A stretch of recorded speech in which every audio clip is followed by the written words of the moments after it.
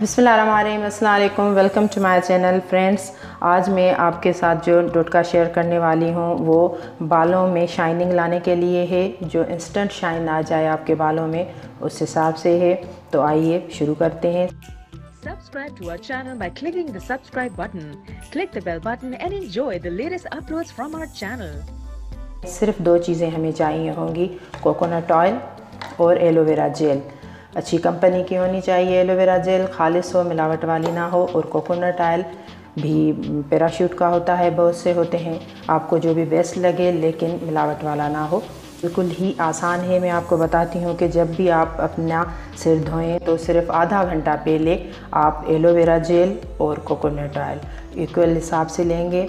और मतलब 2 चम्मच अगर एलोवेरा जेल लेंगे तो 2 चम्मच आप कोकोनट ऑयल लेंगे। ये दोनों चीज़ें आप मिक्स करेंगे, अपने बालों के हिसाब से लेंगे।